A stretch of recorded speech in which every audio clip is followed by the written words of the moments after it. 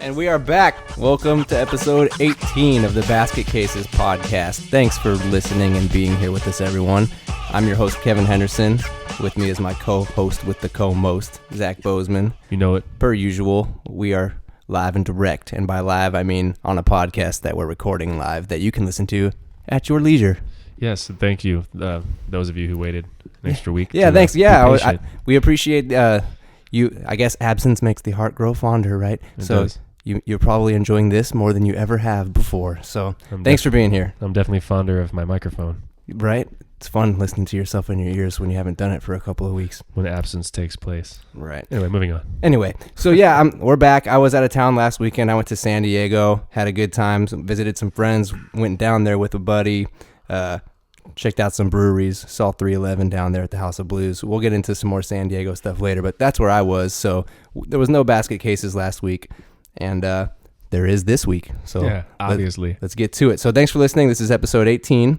Let's shout out our web presence first real quick. So if you want to email the show, you can hit us up at basketcasesla@basketcasespodcast.com, or you could also follow us on Twitter at basketcasesla. Instagram is basket_cases_LA, and we're going to post some photos from this particular recording session for you to, look at later. It's like you're there. We'll peel back the curtain and you can see us in our big fancy studio. And I'll put my pants on before photographing. Oh, okay, cool. Good idea. Yeah. Cool. Okay. Yeah. So, I have a feeling that some people are going to wish that you didn't, but. Well, you know what? Deal with it. He's going to be clothed. This is a family show. Hey, just wait. It's only the 18th episode, okay? Quit mucking it all up, dude. Come on now. So let's go. And yeah, we got a Facebook page and all that good stuff. So hit us up on the web. Let us know what you think of the show. Tell us how you're listening. Tell us how you heard about the basket cases. Shout out to all the different countries and states that are listening. I regularly monitor our listenership, and it's pretty cool seeing that we're getting listens from around the globe. How many, to toot our own horn here, how many countries do we have so far? I haven't counted, but I know it's... Damn, that many? No, it's not that many. I just haven't counted. Shh. But they don't know that. There's China and some other European countries and Mexico and the States. It's sweet. People are listening, which is cool. Thanks, everybody. Thank you, guys. So we got a big show for you guys today. We're gonna talk some Lakers. We're gonna recap a few of the things that happened in the last 2 weeks, as opposed to just this previous week. Just because there's some good stories, and we want to give you the basket cases take on those stories, even though we were gone. So we're gonna go around around the NBA. We're going to talk about the UFC fights, the huge UFC fights last weekend. Conor McGregor fighting Nate Diaz and Holm fighting Meisha Tate. So we're going to talk some UFC. And we're going to get into some NFL. Peyton Manning retired, so that's one of the headlines for the NFL coverage this week. Yes. And there's other off-season moves around the league. And there was also some commotion in MLB between the youngsters and the old-timers, and we'll discuss what that's all about as we progress. Yes. So, shall we? Let's shall. So, the Lakers just lost a thriller to the Knicks, 90-87. And I say thriller, and if you watch the first half, you would think I was a liar because it was the most boring dud of a game ever in the first half. I could barely pay attention to it. It was such a lame contest. Clarkson, Russell, it was just an ugly game.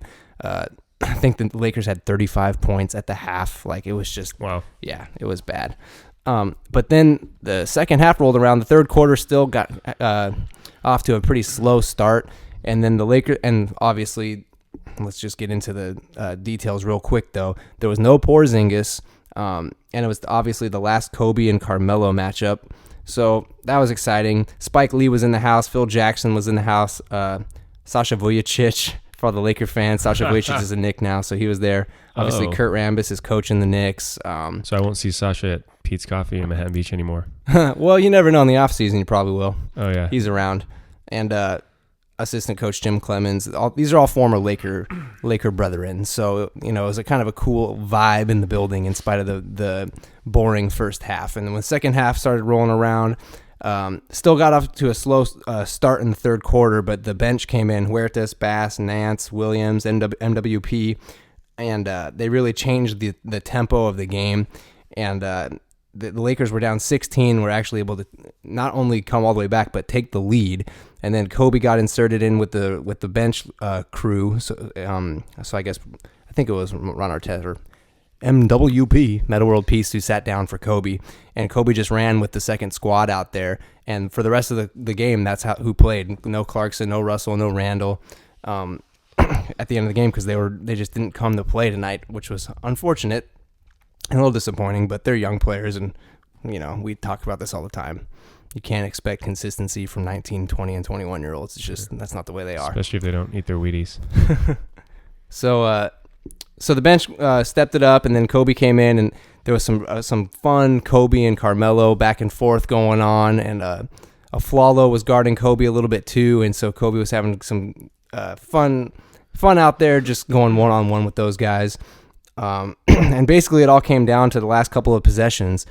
Tie ball game, just over 24 seconds left. Kobe had the ball, having already hit a couple big shots in the quarter. He got to a sweet spot on the baseline for a mid-range pull-up basically, and the ball was like 3/4 of the way down, just tapped out. Robbed. And he got robbed, and he couldn't believe it. Nobody in the building could believe it. The whole building was ready to see Kobe hit the game winner, and just wasn't in the cards tonight.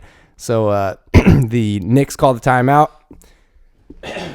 Excuse me. Yes, I think both of us. Yeah, sorry. Zach's been singing, and I just don't have a voice today for some reason. So the Knicks called the timeout, and Kobe, they right when they're coming back from the timeout, the camera got like a zoom in shot on Kobe, and Kobe's jawing right in Carmelo's ear, and you can see what he's saying. He goes, "I know what's coming. Like I know what's coming," and based on what happened, you could tell Kobe did know what was coming. And in post game, Robert Horry on the post game show on Time Warner Cable Sportsnet, Robert Horry was familiar with the set that they were running too, because Kurt Rambis, Phil Jackson, the whole Yeah. So anyway, confirmed that he knew it was coming. Exactly right. So the play was completely broken down. They didn't get to run anything that they were trying to run. The ball was inbounded to Lopez, and he caught it right around the half court line. Almost went over and back. I thought he traveled, but they didn't call it. Then kind of bobbled the ball, got it over to Jose Calderon. He just did a quick little move, and it was just enough because he sold a pass basically. Just got enough space, pulled up from three, and buried it with 0.2 left, and that was all she wrote. Cool. So the Knicks stole one on the road that they basically should have held on to, and they, you would have liked to see the Lakers hang on to the W. But at the same time, I know a lot of Laker fans out there are saying, "Shut up, Kevin. We want to keep the draft pick." But I just if can't. You want to play like that. Yeah, I just can't in my heart root for that's what for me. Like, I'm a pretty logical dude, but you got to take logic out of it just a little bit if you want to be a sports fan. That's part of the fun. I can't root against my team, but but I understand the logic behind it. Go ahead if you want to, but I was rooting for that Kobe shot to get buried, because you know what? This is the last go around, and you're gonna wish that he had hit that shot at some point in your life. Yes. Unless, of course, we get Ben Simmons, and you're just going to say, "Kevin, shut up, and look, we got Ben Simmons." Whatever. Whatever. So that was the game against the Knicks. Let's recap some other Lakers stuff from the last couple of weeks. So Byron Scott, Lakers head coach, put in a couple new sets for the kids to run out there, just trying to make the offense run with a little more fluidity. And it really seemed to be basically a way for him to hand over the keys to the offense to DAngelo Russell a little bit more. Russell had 39 points, his career high, in a win against Brooklyn a couple weeks ago, and so that was fun for Laker fans to see. Now all of a sudden Laker fans are like, "Oh, DAngelo Russell, he's pretty good." And it's just like, yeah. Bandwagoners. Well, no, not bandwagoners. It's just people are just so quick to judge a 19-year-old kid. They just think, "Oh, he's a bust, and we should have drafted, Jahlil Okafor, or we should have drafted." It's just like, no, we shouldn't have. Jahlil Okafor is punching people in the street in Boston, and he can't play defense to save his life. DAngelo's not a great defensive player ever, but great defensive player as it is. However, he can completely control a game. He has the ability to change speeds and tempo and pace, and he's a smart player. So his ability to dictate what happens and change the flow of an entire game is the reason why the Lakers took him number 2. He is only 20 years old. He had a birthday. He's 20 now. He is only 20 years old. Happy birthday. Yeah. Woo. So he's 20 years old now, and he's got the new sets to run, and he's having some success out there, and now Laker fans are really finally starting to see the light, which, that's fine, because the thing with Laker fans is it seems like half of them are really, really smart basketball people, and half of them are just like part of the herd because there's so many people in LA, and they just all like the Lakers, and they just want to say, oh, fire Byron Scott every 2 seconds, and oh, DAngelo's a bust, and all this crazy stuff that's just like they don't really think about what the process is and how things take time. Well, it's easier not to think. I can't argue with that.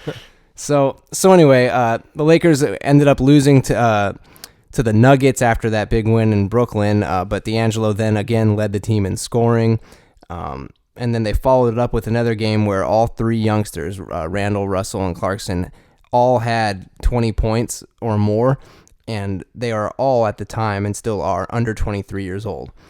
That was the first time in, I think, 4 years that 3 players on the same team under 23 years of age all scored 20-plus points. Do you know who the other 3 players were that were teammates that were young and were all able to do that at one point about 4 years ago? Can you guess? Kevin Durant. That's one of the 3. Yes, exactly. Russell Westbrook. Yeah, and James Harden. You got it. All right, cool. So, wow.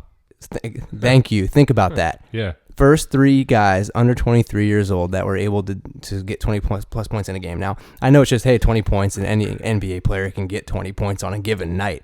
But the reality is this is the Lakers' nucleus. This is their core. And it doesn't happen very often where you get 3 young, really good players all producing like that. And the last time it happened, it was those 3, all-stars from OKC. So you'd like to think that the Lakers have something there. And you'd also like to think that as these guys get better and better, they'll do their best to hang on to them. I hear all these things about people trying to get rid of Clarkson all the time, and I'm just like, no. Why? Because they're just... I wish I understood it. People just like to make up stuff to talk about. Let's create an argument that doesn't make sense at all, and then because Clarkson's... discuss it. I think Clarkson's a good player. I think he's got a lot of control in his game. I think he's very measured when he's out there. He's also, even in spite of that, he's extremely athletic, but he doesn't play too fast. Every now and then he has a couple, like a dud, but for the most part, he's one of our more consistent players. I've been saying it all year. He's been the best player on the floor for us. He started delivering sooner than Russell or Randall. Yeah, and he's just got quickness, which you can't teach. At the NBA level, if you can get around somebody and you can, finish at the rim and you're athletic, and he's been knocking down his threes too. I think Clarkson's a great player. Yeah. I think he's only going to get better. I think he's proven that he will continue to get better just by, proof is in the pudding. Watch what's happened in the last year and a half. He has consistently been getting better, which there's lots of guys that can come into the league and just cash checks, but these young Lakers are actually demonstrating work ethic and improvement. So that's all cool. So that was all cool. And then the last thing I had for the Lakers here was just that Kobe has been, playing all the superstars around the league for just one last time, and the Lakers-Cavs game on Thursday was pretty fun to watch. Kobe going against LeBron for the last time. Cavs got the best of the Lakers in the game, but Kobe was hot. He looked like the Kobe, of 2006, not 2016. He had fresh legs because he hasn't been playing the whole lot with that shoulder keeping him out of action. So he just was knocking down shots and turnaround jumpers and up and undering LeBron and getting cool, just highlight plays. And it's been fun. And now that, we're only about a month away from Kobe's last game, it's really starting to sink in. Like, this That's is crazy. It's going to be a whole new world in LA, man. Wow. A month away. Isn't that amazing? After 20 years, we're just a month away from Kobe just, whew. Damn. Yeah. Crazy. But it's going to, but you know what? Right. It's actually going to be a good thing. It's going to be cool. It's going to be, the beginning of a new era. Yes. And the youngsters are going to have to learn, but at least they can play. At least they're showing some promise. So let's move on to some other NBA coverage. So we just mentioned LeBron and the Cavaliers. The Cavaliers have been in the news a little bit lately. There's been rumors that Kyrie Irving might be unhappy out there playing with LeBron and Kevin Love and being in Cleveland. Saying like living in Cleveland. No offense to Cleveland. But I'm from Southern California. I mean, not to rub it in. It's like, Cleveland. Yeah, I've been to Cleveland. It was a cold, dark place when I went. You almost froze to death, I remember. Oh, no offense, Rob. Shout out. Shout out. We sound like Joakim Noah. Who wants to go to Cleveland? I don't want to go to Cleveland. Anyway, and you can understand Kyrie from a certain perspective. Here's the thing. If I'm Kyrie Irving, I'm keeping my mouth shut. You know why? You don't get an opportunity to win a championship all that often. Making, a stir about how happy you are on the team right in the middle of the season when you guys are hitting a rough patch and trying to, after your coach has been fired and all that stuff, it's probably not the best time to, be talking to your agent or your homies that are going on Twitter. Who knows where the rumors are coming from and stuff like that. But at the same time, you kind of get it. When LeBron came back to the Cavs, he was coming to what was at the time Kyrie's team. Kyrie was the young stud all-star type, draft pick that they got, and he was the leader of their team. They were losing all their games, but he was the guy that was, their future. And he had the ball in his hands all the time. And now that, LeBron is there, the ball runs through LeBron. So it's just a totally different game for him to try to adjust to. He's still an exceptional, tremendous player. So I feel like he'll find his way. But the Cavs did have a pretty rough few games. But today they beat the Clippers 114-90. Obviously the Clippers are still shorthanded without Blake Griffin. But it was a timely win for the Cavaliers today. They definitely needed to get things going in the right direction. Spanked him a little bit. And then, so, excuse me. Man, I'm gonna have to edit some of that out, or maybe you're just gonna have to listen to me sneezing and coughing. Sorry, everybody. you should leave it. It's funny. Okay. Deal with it, people. We're so professional. So anyway, in Cleveland, there was also some tweets that LeBron sent out and some other controversy with LeBron after the All-Star weekend and stuff, hanging out with Dwayne Wade mid-season, posting videos on Twitter of them working out and all this stuff.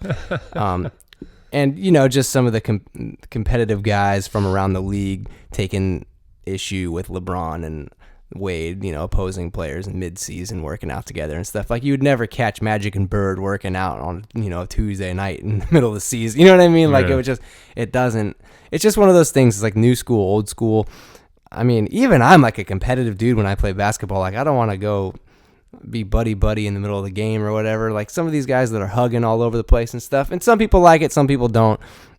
I think a lot of the whole macho stuff is definitely overblown. Yeah. All these guys know each other. They have dinner, when the cameras aren't rolling, and they all know each other. They've all grown up playing AAU basketball and all that stuff. But the difference is LeBron's the guy who puts it on Twitter for everybody to see and acts like it's not a big deal, and then goes on Twitter right after that and starts, bitching about his teammates and stuff like that, just being all passive aggressive, and instead of just going into the locker room and saying, yo, we need to do this, which I'm not saying he hasn't done that, but at the same time, I just think the tweeting thing is just, that's not the way to reach me. You know what I mean? Yeah. Like, don't, if you want to adjust the way we're playing, or you got an issue with the way the team is going, handle it a little more directly. But nonetheless, here's some of the tweets that he started sending out, and he acted like they were vague, and he said, "Oh, I got a brilliant mind, and that's the reason why I got to share this stuff." And it's like, whatever, LeBron. But these are some of the tweets. They say, "Structure and consistency creates perfection. You shortcut, you come up short. Straight up, it's this simple." He's got another one. It's this simple. You can't accomplish the dream if everyone isn't dreaming the same thing every day. Is that how he wrote it? That's the way he wrote it. Yeah, did? that's the reason why I read it that way, because that's the way he wrote it. That's a brilliant mind. He's brilliant. I'm talking smack. LeBron, I mean, he's a smart basketball player. I do know that much. Oh, for sure, but don't put yourself out there like that unless you don't. He's never been well-spoken, ever. Yeah. He never will be well-spoken. Right. That's just not his style. Sure. He consistently has things misinterpreted by the media. It's like, no, that's what you said. You just don't know how to speak You know what I mean? Yeah, Like, right. so whatever. Nightmares follow. He had another one. The ultimate level of chemistry is when you know what I'm thinking without saying a word and we execute it, vice versa. So that's the brilliant mind of LeBron, being the puppet master of the Cleveland Cavaliers there. So I know all you Cavs fans out there feel great about that. Nonetheless, something to talk about. How do you feel about your athletes? Anyway, let's move on. Let us know. Yeah. So the Clippers, this is the big story in LA. The Clippers got a new mascot, Chuck the Condor. It looks like a combination of, what did you say, Sam the Toucan, and I think it looks like Steve Ballmer, the Clippers owner. Just big nose, red, pink face, dorky. Subconscious. Right. At the same time, what's the point of a mascot? You're supposed to embrace the dorkiness of it, right? That's kind of Steve Ballmer. It's the love child of Steve Ballmer and Toucan Sam. There you go. Yeah, I like it. So anyway, that's just something funny to talk about. But the San Antonio Spurs made a couple transactions. They acquired a couple veterans, Kevin Martin and Andre Miller. He was asked in one of the coaches interview things before like the fourth quarter or something the other night. He was asked about those acquisitions, and he just said we want a little more experience heading into the playoffs. I'm a fan of both those guys. Kevin Martin's a good player, but I've been a big fan of Andre Miller just because he's older than dirt. He's been playing forever. He has no athleticism. You couldn't put a piece of paper under his feet if he jumped on his jump shot, and he's still playing. You know why? Because he plays with his mind, his beautiful mind. He knows how to play the game. Yeah, that's why he's on the Spurs with all the other guys. Right, exactly. I like Andre Miller, though. Tim Duncan. Yeah, so we'll see what that does, or if it does anything for the Spurs. But there's another team that's been going through some struggles in the NBA, and that is the Oklahoma City Thunder. The Clippers had a big comeback win without Blake Griffin and beat the Thunder last week. Then the Warriors went and beat them again. And then one of their part owners committed like a suicide after it came out that he did some sort of insider trading or something like that. And apparently he was a good dude and always involved in the community and stuff. But then they found his car crashed into a pole, and it was just, he wasn't drunk, and it was just his car, single car wreck. So they're pretty sure it was a suicide. So there's a lot of commotion going on, obviously, with Monty Williams' wife dying and their affiliation with the Thunder. There's just a lot of shenanigans happening around the Thunder, but at the same time, and also the Spurs beat OKC this week too. But the thing is with the Thunder, it all comes down to just the way they're playing basketball to me. I mean, everybody and every team always has stuff going on. I believe Dion Waiters' brother was just murdered also. So there's a lot of stuff that's going on. But the biggest issue that the Thunder really have going is their style of play. I saw some alarming statistics on ESPN's coverage of the game the other night, just about their fourth quarter. And that's kind of the stuff that I've been talking about all the year because you keep hearing everybody saying, oh, OKC is the team that's going to beat the Warriors. And I keep saying, but they keep collapsing. They always rely too much on Westbrook and Durant. It's always those two guys having to do everything, and they turn over the ball too much, and they're just too isolation oriented. And basically ESPN just showed all the numbers and statistics that back all that stuff up that we've been talking about on the show. Just they don't play the way you need to play down the stretch in NBA basketball games to get W's, and they've had a very bad couple of weeks, losing a lot of games. 4, 3, Thunder are struggling, but 2, it's halftime. Oh yeah. First things first. It's halftime. So it's halftime, everybody. Yep. It's the time of the show where we like to mix it up, talk some current events, talk some non-sports. Who knows what we're going to talk about? That's the beauty of it. Anything that comes to your mind, Zach, just throw it out there, man. It's halftime. Brussels sprouts. Oh, I like those. Those are good. That's Me a pretty too. random thing to bring up. It came to mind. I like to cook them. I like to eat them. You make good ones. The best ones are, I heard that the best ones are at Tin Roof Bistro in Manhattan Beach. I have 4 different recipes I like to do for Brussels sprouts. I think my favorite that I haven't had the Tin Roof ones. My favorite ones are at Manhattan Beach Post. Oh yeah, mine too. I don't see how those can be beaten, but I'm open. I'm told that Bring it on. I'm told that they are better than Tin Roof, but I've also been told that mine are better than I've been told that Tin Roof is the best, but I've also been told that mine are better than Tin Roof. Ooh, yours are delicious. So you never know. I love your sprouts. But that halftime Brussels sprout talk. Let's move on. Yeah. So there was like a riot and a bunch of fights and stuff that broke out at the Trump rally in Chicago. Donald Trump, or I don't know if it was in Chicago. It was in Illinois. And I don't want to get too political on the show. I mean, we mostly just talk about Trump because it's funny, not because we're considering him a legitimate, candidate for making the world a better place. But nonetheless, he could be the big man in charge one of these days. So who knows what's going to happen. But anyway, if you haven't seen that coverage or anything, it was pretty crazy. How do you feel about that? How do you feel about them? Like, he basically had to cancel the appearance, and people were, punching each other and stuff at one of his rallies, just protesters going against Trump. I don't know. It was a big story. I just wanted to bring it up. I don't really, I'm not really here nor there with it. Violence doesn't really achieve anything.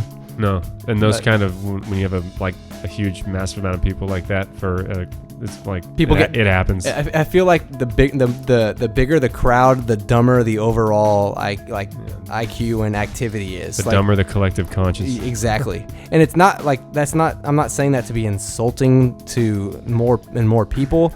I just feel like it just kind of, it just happens that way. Oh yeah. Totally. Because it just gets louder and there's less talking and thinking happening and just more action. It's just like, you like Trump, I hate Trump, let's kill each other. Therefore, I hate you. Yeah. But that's the way he campaigns, though. You say something about me, I'm going to attack you. So I think that's a microcosm of the leadership and action that we can expect if he does become president. So beware, everybody. But you never know. Yeah, hopefully, whatever. Just basically not surprising, right? Yeah. So Madonna had like a meltdown on stage the other night in Australia. She's going through like a custody battle with her ex-husband Guy Ritchie, and I guess they got a son who's like 13, and the son wants to stay with the dad, and she basically was like reaching out. I guess she was like wasted on stage or whatever. The Madonna.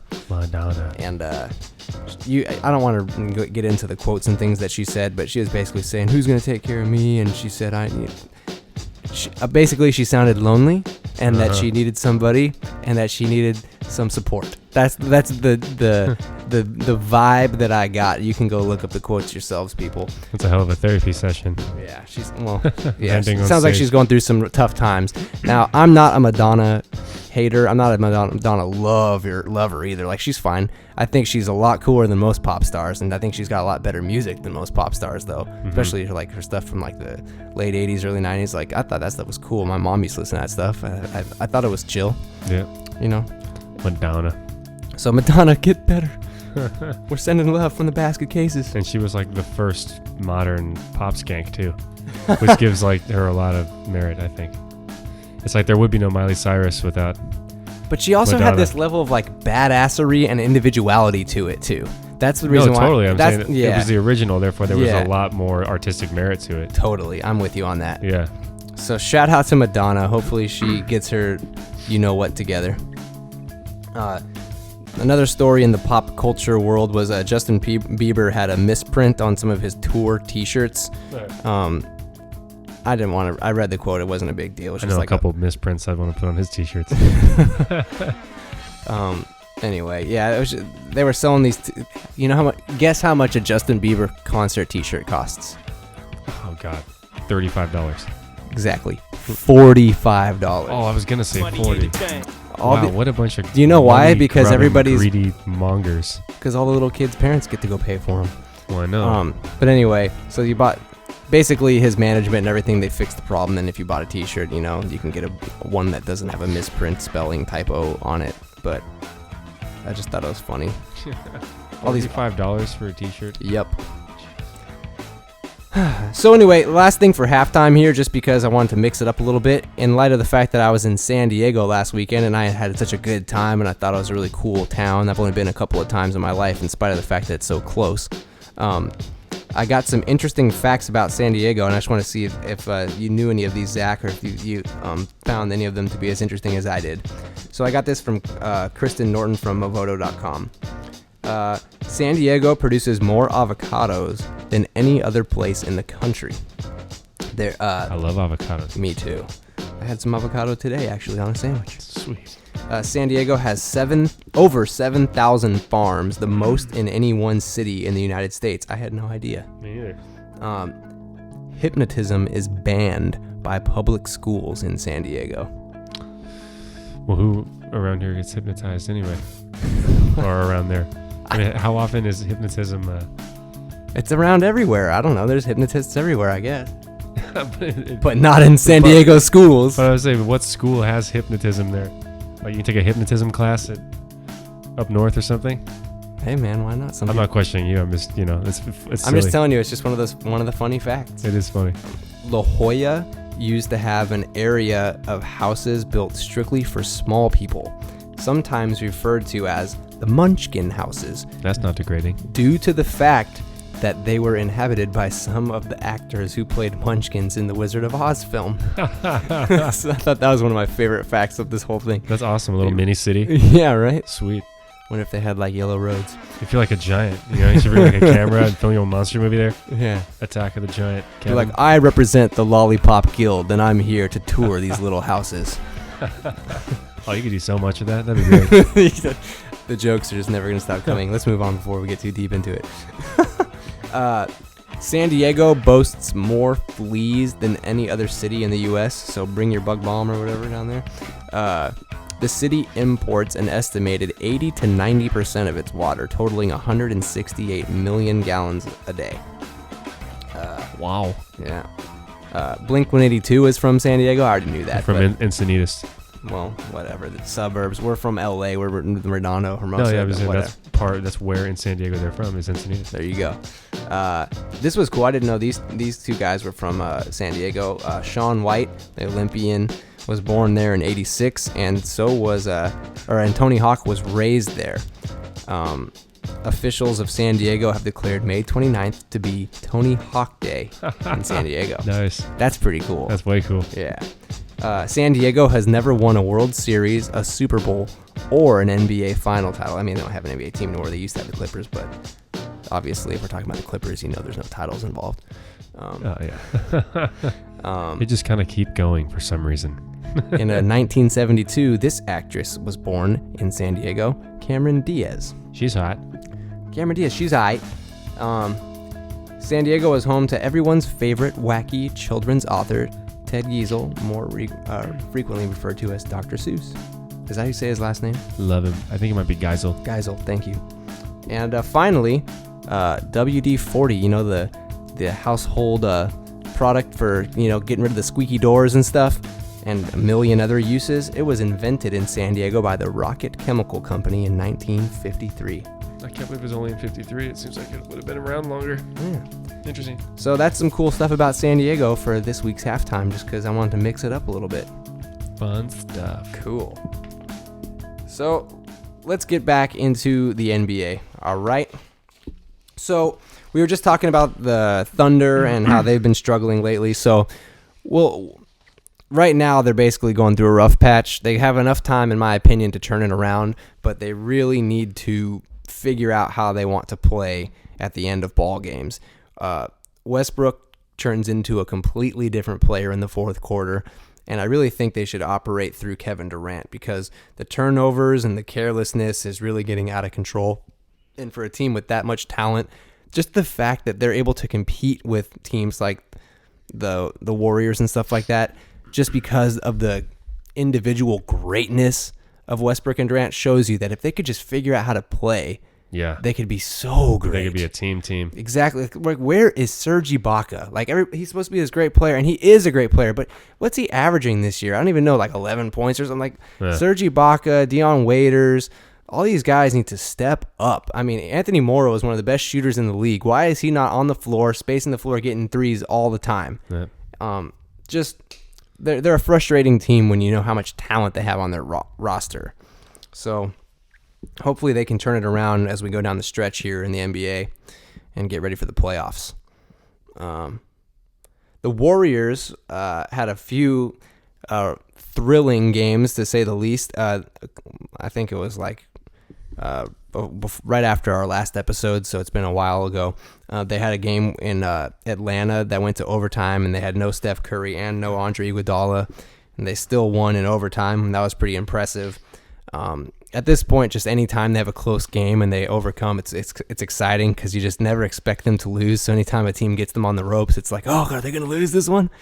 So they went on to we remember, I think we discussed it on the last episode, where Damian Lillard scored 51 points on the Warriors. So they had a rematch with the Blazers this week, and they completely destroyed the Blazers. However, it didn't come it didn't come for free. Andre Iguodala got a high ankle sprain. He got rolled up on, and he's going to miss at least 2 weeks. And head coach Steve Kerr said it's a really big deal. Obviously, Iguodala is like their Swiss Army knife. He's just kind of like this is a really bad analogy, but I felt like he does the same thing for the team. Luke Walton, when he was on the Lakers, used to get inserted into the lineup by Phil when the team just wasn't playing the right way and they needed something different. Now, Iguodala obviously gets a lot more regular minutes for his team, but just that same idea, though. He makes them play the right way. Whatever they need, he's able to bring it.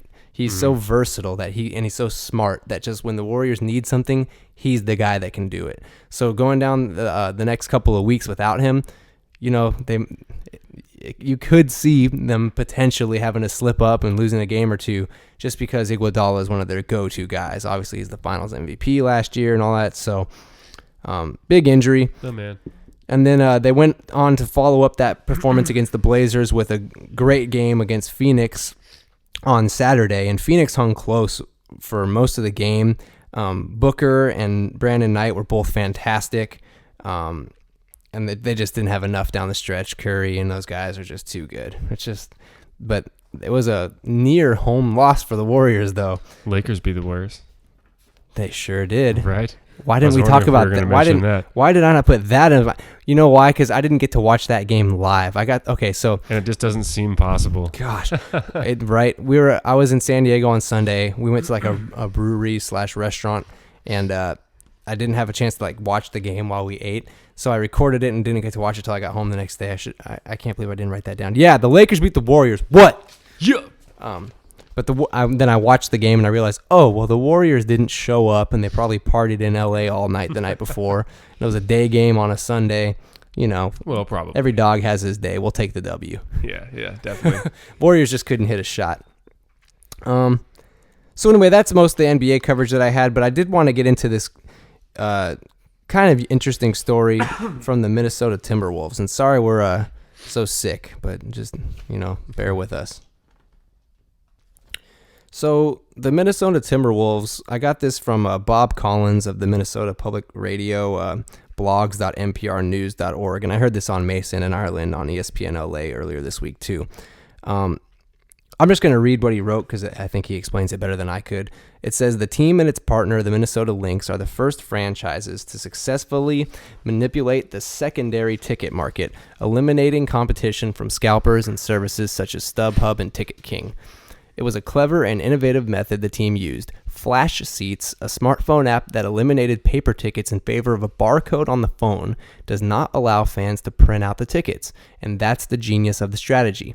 By controlling how the tickets are transferred and used, the team keeps them out of the hands of scalpers and third-party dealers. The team also gets a 15% price bump in the form of fees from fans who buy other fans' tickets via Flash Sheets. Also, there's a dollar minimum for seats. So, like, if you try to sell seats that you just need to get rid of, and you're trying to sell them from below, like, their face value for that section or something like that, the app gives you, like, an error message. Like, oh, nope, you can't sell them for that low. And I just wanted to say, like, it's on one hand, I understand, Minnesota is not the most profitable NBA market. On the other hand, I really don't like this. It's designed to screw over the fans. It's designed to control the market. It's designed to basically eliminate the free marketplace. And Minnesota is going to be probably pretty good in the next couple of years. And then this is going to be a really big deal. Because they got Karl Anthony Towns and Zach LaVine and Wiggins and all these good young players. If they start learning how to play and then everybody's screwed out of their tickets, it's going And then what if all the other teams get their own fancy app too, and they make it so much more difficult for you to resell tickets? And I mean, I think it's gonna happen. It probably will, right? Anything. Yeah. The ticket industry is like one of the worst, most evil industries ever. Live Nation, Ticketmaster, all that stuff. Oh, that'll be $19 for you to go on our website and print out some tickets because it was convenient. That you already paid for. Yeah, it's just like insane. So anyway, this is a big deal, I think, even though it's kind of going under the radar a little bit, because I just heard about it on local sports radio. I didn't hear about it anywhere else. But I wanted to bring it up because we got a voice and we're going to use it, damn it. Yeah. So, yeah. Yeah. Timberwolves, shame on you. Huh. But let's move into some fight talk. Some fight night. All right. Excited.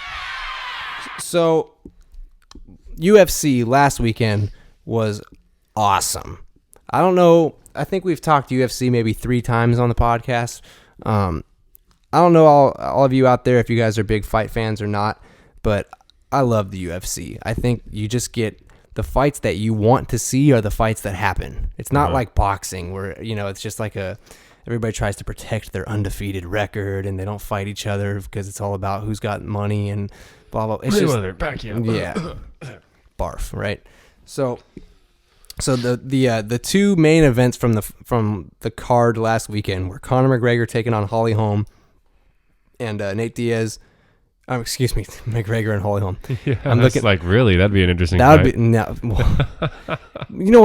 Okay, so we'll get back into the fights real quick. But it drives me nuts. All these people talking about like, oh, this dude or that dude could fight or couldn't fight against the girls from the UFC. Like, I just don't want to talk about guys fighting girls anymore. Like, can we just get over that part? These girls know how to fight, and if you don't, they'll probably whoop your ass. If you're way bigger and stronger, they might not be able to.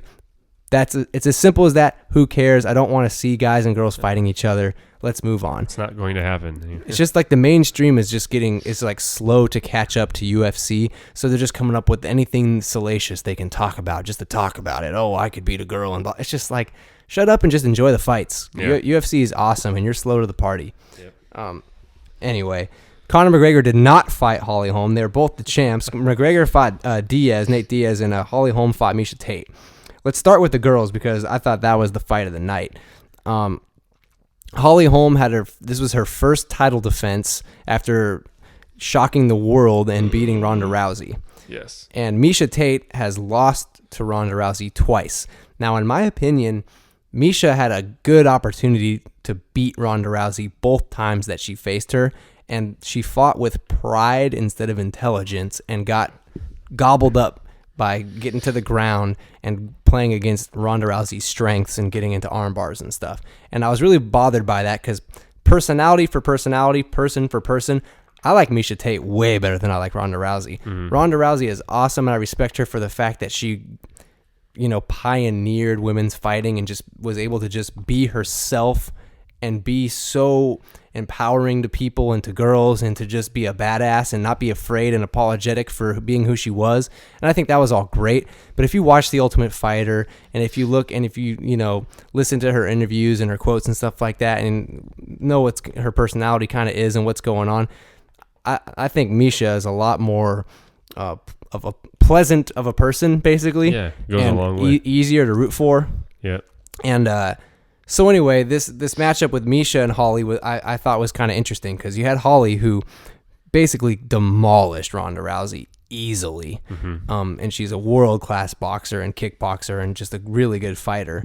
And you had Meisha, who's battle-tested, very well-rounded fighter, and she's a tough chick too. And basically, I thought the big difference was Meisha this time fought a pretty smart fight. And her size was like a big difference in this one. I felt like she was just she looked bigger in the octagon to me than Ronda did. Just like the way I don't know if she actually is bigger or not. I mean, I know they have to, meet a weight or whatever, but just the way she kept her space and her distance with Holly and she was very careful. And nonetheless, she first round probably went to Holly. Second round was total domination by Meisha. And then rounds 3 and 4, I think, just went to Holly just by nature of them being kind of on their feet and just kind of kick here, punch there. I think she was up on the scorecards, and Meisha knew Holly was up, and so that 5th round came, and Meisha finally got into a position to get a chokehold, and she would not let it go. And it was one of the most impressive chokes I've ever seen, and one of the most impressive getting choked outs I have ever seen, because Holly was like literally going to sleep and still punching in the air, just like she's just a badass, just like she's like, I'm not tapping. No. She wouldn't tap. It was nuts. And she did everything right, She tried to get her up against the cage when she got choked so that she could get out of the choke. She tried to flip Meisha onto her back and get Meisha off of her, but Meisha would not let go. She just would not do it. Nice. And props to Meisha. She basically choked her out, got the belt, and now she is the champion in the women's division in the UFC. And Holly lost with grace, and I know she'll be back because she's a tough chick, and these were both great fights that she's been in. The 2 fights I've seen against Ronda and Meisha, I mean, she held her own. She's a tough chick, and she'll be back. However, the difference is going to be now, I didn't know what direction they were going to go in the UFC, who fights who next or whatever. Dana White is basically saying Meisha is going to have to wait because Ronda is still doing her acting obligations, and when she comes back, she immediately gets a title shot. He says, Ronda has built up way too much good cred in this fight game, and she has a chance. She deserves a chance to go get her belt back, so she can take her time, finish her acting obligations, and then she can go against Meisha for the 3rd time. So I really believe that Meisha can win, and I would love to see her do it. I really would, because I felt like she had Ronda in those fights. Ronda quit forever. She loses again. And Meisha has kind of been on the radio and other interviews saying as much. She's like, we all saw Ronda when times were good, but I haven't seen that hunger from her since she lost. I haven't heard her say the right things that make me believe that she's going to come back and strive for greatness and be a champion again. So Misha's feeling pretty good. Mm-hmm. She's a little cocky right now, but she's not being disrespectful. She's really just being honest, it seems like, to me. So we'll see what happens, but those fights were awesome. And then let's get into the McGregor and Nate Diaz fight. Oh, yeah. So a ton of trash was talked going into this fight. McGregor, he went up 2 weight classes to fight Diaz. Whoa. And basically that you can argue that was the beginning of his downfall. He backed up most of his trash talk and beat the crap out of Diaz for the majority of the beginning of the fight. Diaz looked like he ran through, I don't know, just like uncharted forest, area. Like he just had like scratches and cuts and bumps and bruises all over him and blood all over his face. But he won, and it was basically because he was taking all of those shots and he kept getting rocked, but he wasn't rocked enough. And McGregor basically thought that Diaz was done, and Diaz was not done. He is a big dude. He's been in a million brawls before. He knows how to recover in a fight, and he did recover. McGregor did not realize Nate had recovered, and he got caught. I mean, Diaz caught him and, rocked him and finished the fight. So McGregor finally lost. The one thing that I thought was funny, though, was how humble in defeat McGregor was, considering how much smack he talks when he wins. But the best part was when he's like, I'm a gracious winner and I'm a gracious loser. And I saw somebody on Twitter, I wish I remembered who it was so I could shout them out. And they said, gracious in victory? I don't remember that part. And I don't either. Yeah. But nonetheless, I think he'll be back. I think the difference was he just... you've got to be smart when you're in that octagon, and even though he had the speed and the precision to hit and rock Diaz, he didn't have quite enough to knock him out, and he underestimated the ability to recover that Diaz had. Yeah, and it cost him. He Bad lost. Assumption. Yep. So that's the UFC talk that we have for the week, but it was a great night of fights. And so if you hear a name that you've heard before and it's coming up on a UFC card, I'd recommend you check it out if you're into combat sports at all, the UFC's a pretty good product on the market right now. Yeah, Check it out. Check it. So let's move over to the Shield, some NFL coverage. The biggest story in the NFL since we've been away is that Peyton Manning has announced his retirement. He, 18 seasons in the league, legendary, probably the greatest regular season quarterback of all time. Now he has 2 Super Bowls instead of just 1, so at least he tied his brother Eli. And anybody who ever listened to the Kevin and Bean show gets my Eli Manning jokes. Eli. And if you don't, well, I'm not going to explain it. You're just going to have to miss out. Sorry. Anyway, so Peyton Manning's retired. I think we agree. It was time. Everybody agrees it was time. He obviously there's some tantalizing options out there when you realize that you're still a legendary quarterback and you have such star power that you feel like maybe I'll go play for the Rams or maybe I'll go to this team or that team. But Peyton, just like the rest of us, knew that this is your chance. Go off into the sunset. You won. Yeah. Be happy with it. The honorable thing to do. Right. And I've always liked Peyton Manning. I know that he's been the subject of a little bit of controversy in the last few months, just with the human growth hormone and the story from back in his college days or whatever. And you know, you can only judge a guy based on what you know about him. Not that I'm trying to judge him anyway, but I'm just saying he had a great career. He was pretty squeaky clean, at least in the public eye, for most of it, most of that time. And he was a pleasure to watch. So, you know, cheers, Peyton. Mm-hmm. And good luck. Good luck in the future selling insurance and pizzas. Yeah, maybe start painting pictures or something. Yeah. going on long walks. Yeah, he's gonna be a new I wish I could think of I'm an artist now. A new Renaissance man. Yeah. So the Broncos now losing Peyton Manning, you figure, okay, well now they just got Osweiler. He's going to be the new quarterback to step in and fill the shoes. And they lowball them a little bit on the contract offer. And so Osweiler chose to go over to the Texans. So that left the Broncos without a quarterback. So Osweiler took the money. He got I think $3 million more or something to go to Houston. And the Broncos ended up signing the Sanchez, baby, Mark Sanchez from the Eagles. Traded him over there. So I know Bronco fans are just like, but damn it. I know.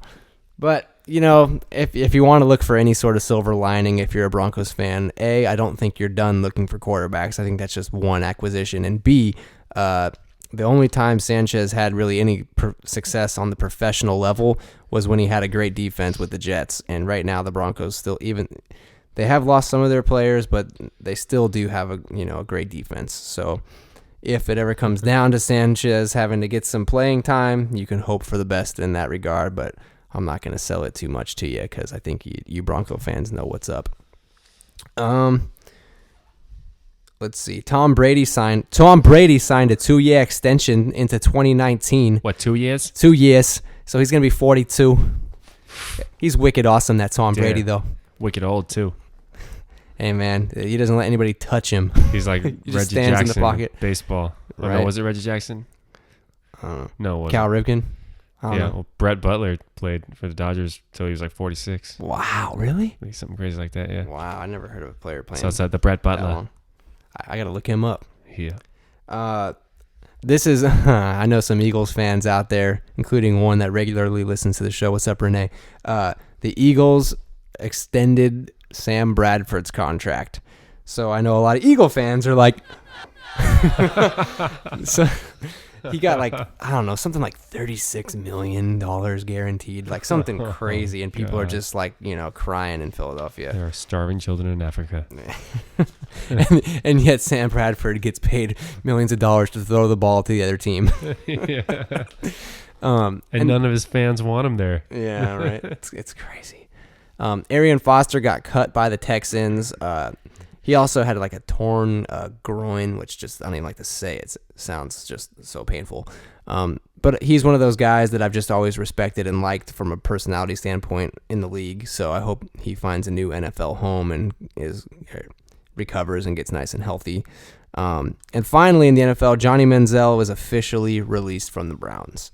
So the next year will be a telling time for the future of Johnny. You don't know if he wants to play football, if he wants to, That's just Johnny. He doesn't care. Yeah, it really seems that way, man.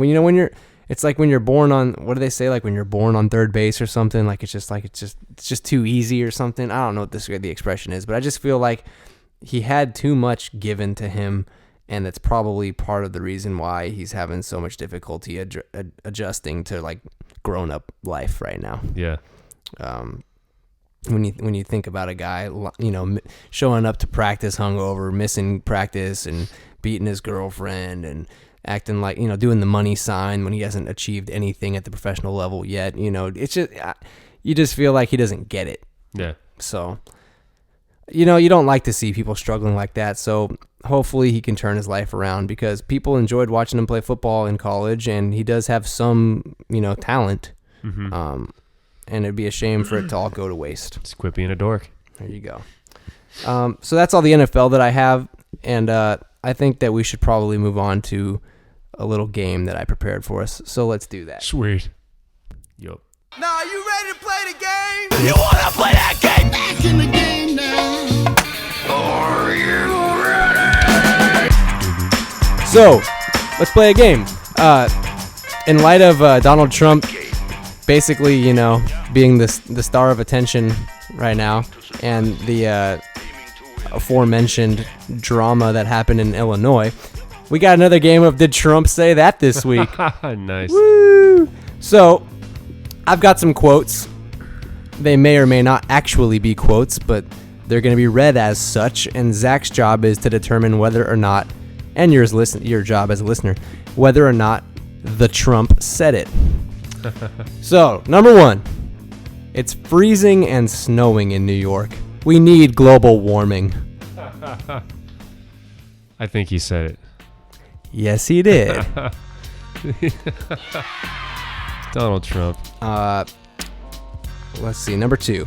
I have never seen a thin person drinking Diet Coke. I want to say he said it, but maybe not.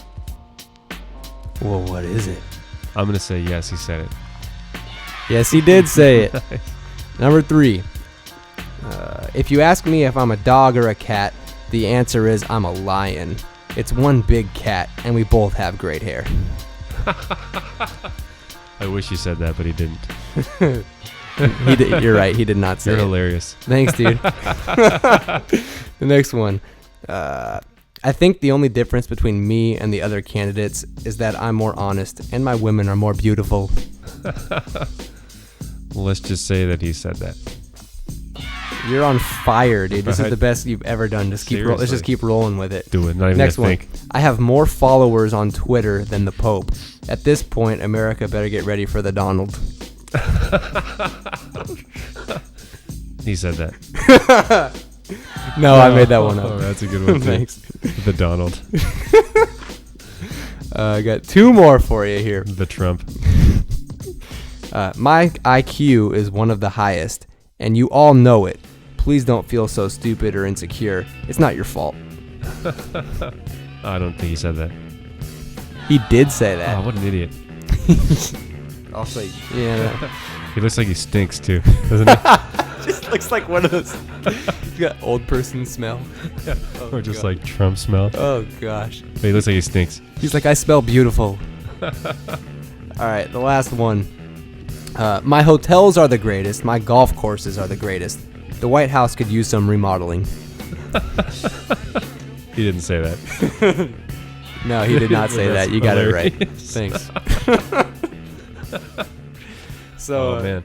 So, hey, how'd I do? We got like a C. you did. I mean, you did A well. B minus? You got like, I don't know, 4 out of 7 or 5 out of something like that. You were in the game there. in the ball pack there. You were in the ballpark. I wasn't caught sleeping. No. Slipping. So I think that's hands down the most fun game. Yeah, that's pretty funny. But anyway, we'll get off the game and the Donald, and Yeah. we'll move on to some baseball talk before we wrap this sucker up. So let's move on to Aroldis Chapman. This is a quick little touch-up, follow-up on a story from earlier in the Basket Cases season. But Aroldis Chapman basically got into like a domestic dispute with his wife and, went to the garage and fired his gun 8 times or whatever. And That seems excessive. yeah, right. Not once, not twice. Hey. Ba, ba, ba, ba, ba, ba, ba. Crazy. I wonder... and he's not using human growth hormone. No, who knows? But anyway, the Dodgers were going to sign him, and then this whole story came out. The Dodgers chose not to because they're trying to build a culture and clubhouse of, a little more, what's the word I'm looking for, Zach? You tell me. No, the Dodgers are trying to be a stand-up organization. They got the new ownership. They got the new management. They're building the farm system up. They're not trying to do it all through free agency and stuff like that. They're trying to Be less gangsta. yeah, be less gangsta. Damn, that's gangsta. You see it goes up in a cloud and rains down on the people. That's another Key and Peele shout out. Where'd my dookie go? Okay, that's all I'm going to say. Go check it out. So anyway, Aroldis Chapman, his suspension came down. He's signed with the Yankees since, as we've discussed before. He got 30 games for that. So I don't even know if what he got charged for or whatever happened. I mean, I don't think he actually hurt the girl or his wife or anything like that. But the league still was, kind of siding with the Dodgers. They thought it was a red flag. They gave him a 30-game suspension, which in baseball, that's a month, Yeah.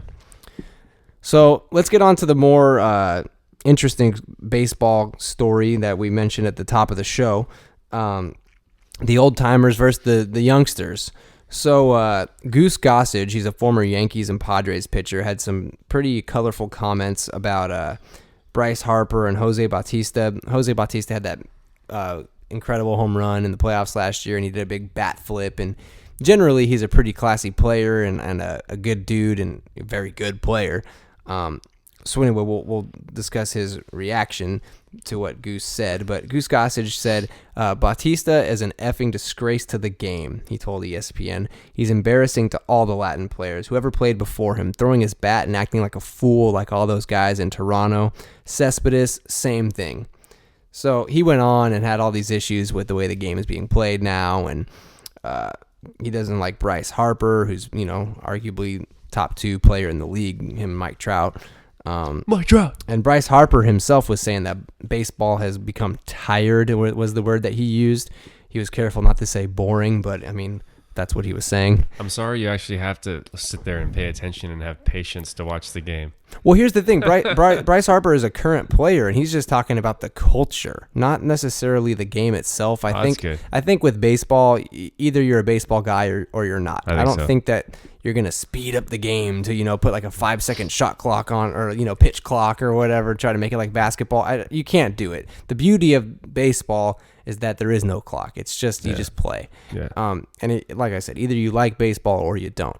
But I think what it's just like we're talking about with DAngelo Russell and the young Lakers and the way they want to celebrate ice in, DAngelo saying he's got ice in his veins when he gets 39 points against Brooklyn. It's like, yeah, you got 12 wins on the season too, bro. Like, you know what I mean? Right. That ice in your veins has gotten you nothing so far. You know what I mean? So it's just like, it's that whole thing where it's like the youngsters right now are coming up and they got so much swag and so much individuality and so much confidence, and they think that they're the what, and they may be, but they're not quite yet. Yeah. But in baseball, some of these guys, they are the real deal, but they just play in Major League Baseball, where individuality, superstardom, all that stuff is basically discouraged, not advertised, not sold, not allowed. It's, baseball culture is straight face, take your at-bats, take your strikes, take your ball, whatever, just that's it. No emotion. Just play the game. And, I think the average baseball fan is like 56 years old or something like that. The demographics of the game just continue to get older. Less and less American minorities are playing the game. Huh. Because they all want to play basketball and football, and it's a big part of it, in my opinion. It's just advertising, marketing. Yep. In the game against Lakers Cavs, was it Lakers Cavs? No, it was Kobe versus LeBron. Right. But you know what that does? It sells tickets. Yep. So obviously we all watched the Lakers and the Cavs, but we all watched because it was Kobe and LeBron. Yep. So that's absolutely. what I think baseball needs to catch up on a little bit.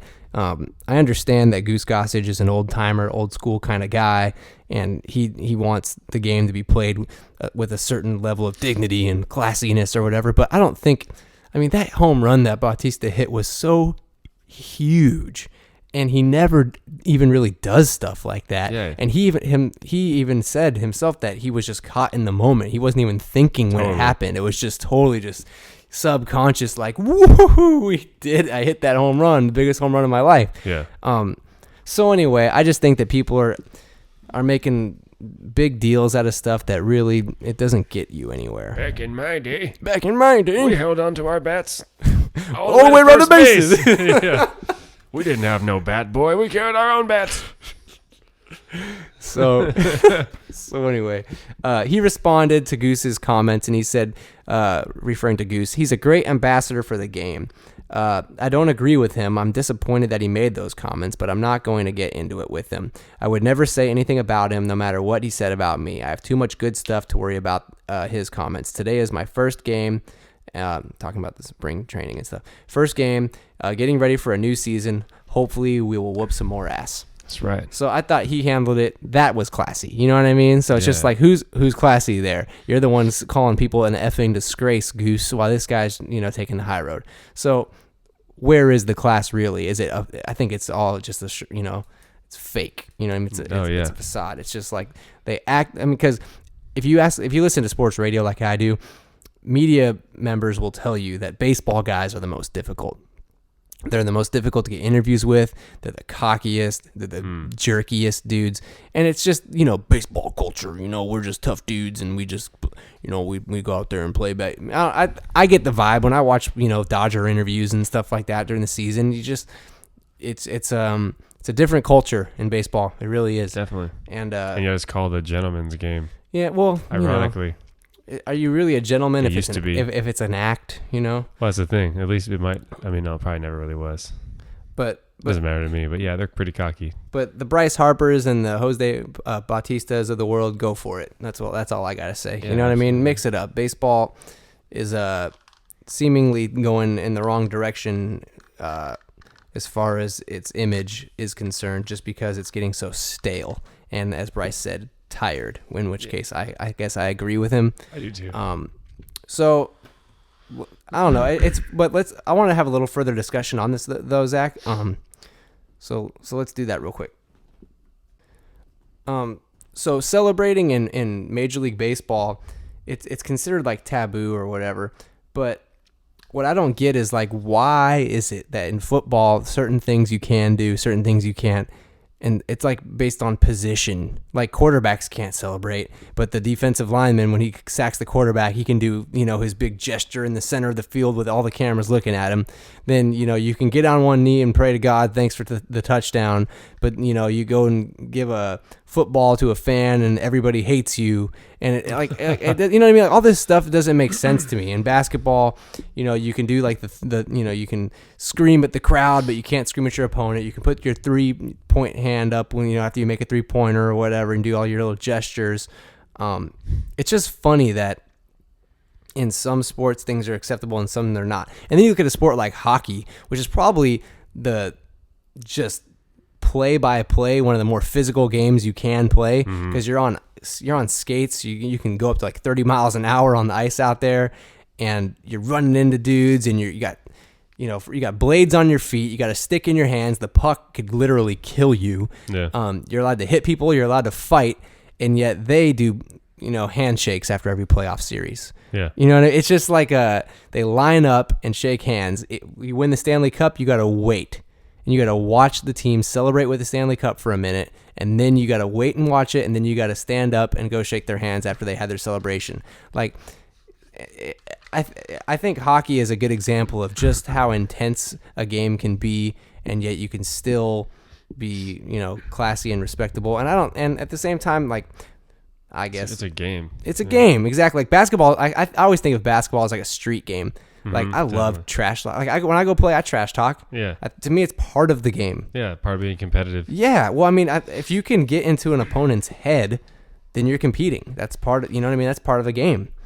The game is not, any sport is 90% mental. Yeah, no, absolutely. So, anyway, how do you feel about it? Like, what do you want baseball to get a little more colorful? Do you want guys to be allowed to express themselves more? Do you want superstars being marketed more in baseball?